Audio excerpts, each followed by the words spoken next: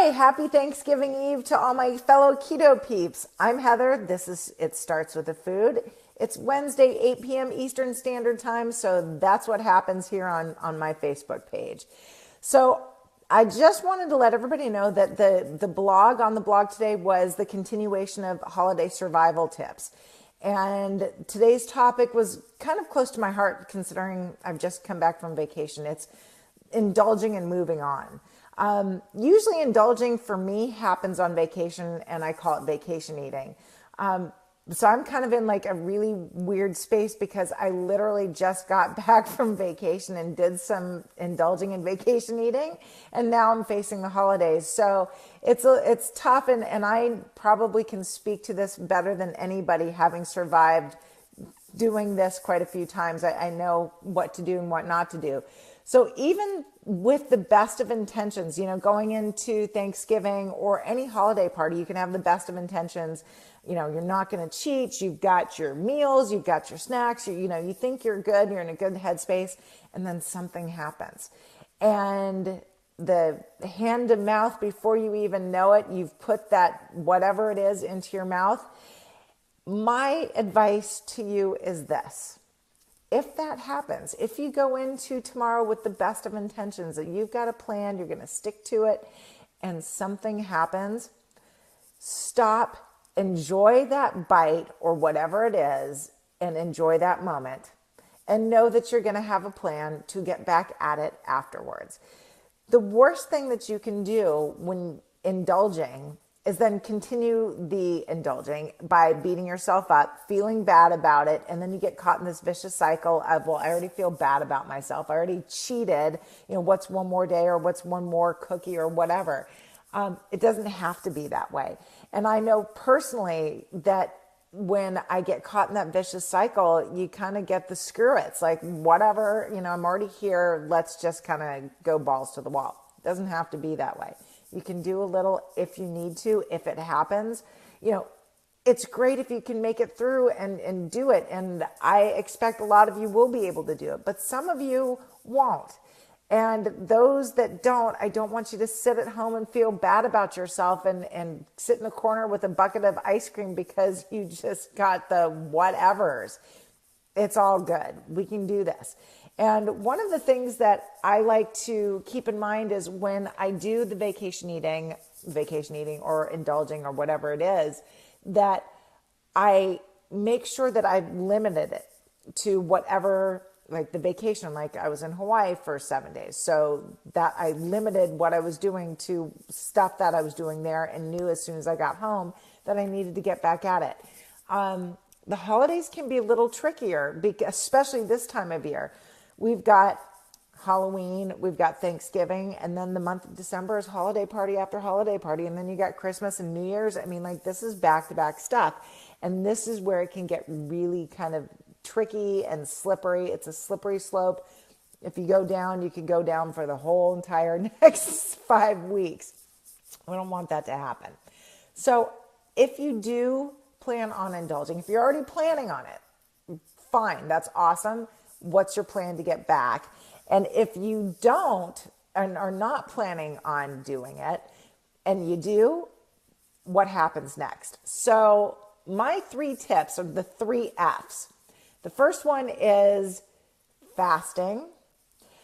And what I mean by fasting, so a lot of you probably aren't familiar with intermittent fasting. I find it's starting to be a new thing that people are starting to be aware of. They know what fasting is, but intermittent fasting is something I practice daily. And I usually fast from anywhere from like 16 to 19 hours, just depending on the day and what I'm doing. I do an extended fast. So like when I got back from Hawaii, I did a 24-hour fast. And during that fasting time, I drank my lemon water, which I always drink. But I also had lots of herbal tea and I had bone broth. So it's not like no calories. It's virtually no calories. But what it helped me do was it helped me stop the vicious carb and sugar cycle that I was in. And that helped even out my blood sugar levels, because what happens is if you have a carb spike, if you spike your insulin levels with sugar or carbs, you're going to go up, and what goes up must come down, and you're going to crash, and then you're going to get stuck in needing more. So I stopped that by doing a 24-hour fast. If 24 hours seems like a lot, do what you can. Start if you've never done any kind of intermittent fasting before, do what you can, and just be aware that you may be, still kind of caught in that carb cycle. The second F is fats. Fill up on the fats. When I get home, I make sure that I have my fat bombs, my keto fat bombs. I'll do my cottage cheese, and sometimes I'll throw in a few raspberries or blueberries just to kind of give me a little bit of sugar that I might be craving without doing too much. And it's good stuff. So, you got to kind of weigh that out. But I do berries limited, but I do them. But I really kind of focus on the fats. I load up on avocado. I'll eat lots of guacamole. I'll even break out the cream cheese. I do dairy, so cream cheese is one of those things that if I'm starving and I really I don't have time to eat much and I'm just looking to kind of get to the next time when I can actually sit down and eat, sometimes I'll just grab cream cheese and flax crackers, and that's good. It's not something I do all the time, but it's a good standby. The third one is find a treat. And what I mean by that is I have certain things that when I eat them, I feel like I'm having a treat. And especially coming after vacation, I'm already sad, I'm home. So having something that makes me feel special or makes me feel like I'm having a treat or indulging, even when I'm not, that always makes me feel better. Going through Christmas, going through these holidays, there's going to be a lot of cakes and cookies and nog and all sorts of things that could possibly derail you. If you indulge tomorrow and are looking to make that a one and done, make sure that you've got some of these things. My desserts are amazing. I think that having something like that to fall back on, especially as you go through the rest of the year, will make this one and done easier. And most of all, I think the most important thing is just don't beat yourself up. Really and truly, it's pointless. Enjoy what you're doing while you're doing it. Otherwise, why do it? Life is too short not to enjoy those moments. That's really my three big things going into tomorrow. I've pretty much told you what my strategies are for, staying keto, but what happens if you don't stay keto? What happens if you do indulge? It's not the end of the world. I've done it in over 2.5 years. I've done it a couple times because I've gone on vacation. I've had holidays. I've stayed keto through almost all of the holidays, but sometimes things happen. I do have the best of intentions, but I'm also human, and I want to love that human side of me. So I want you to love that human side of you.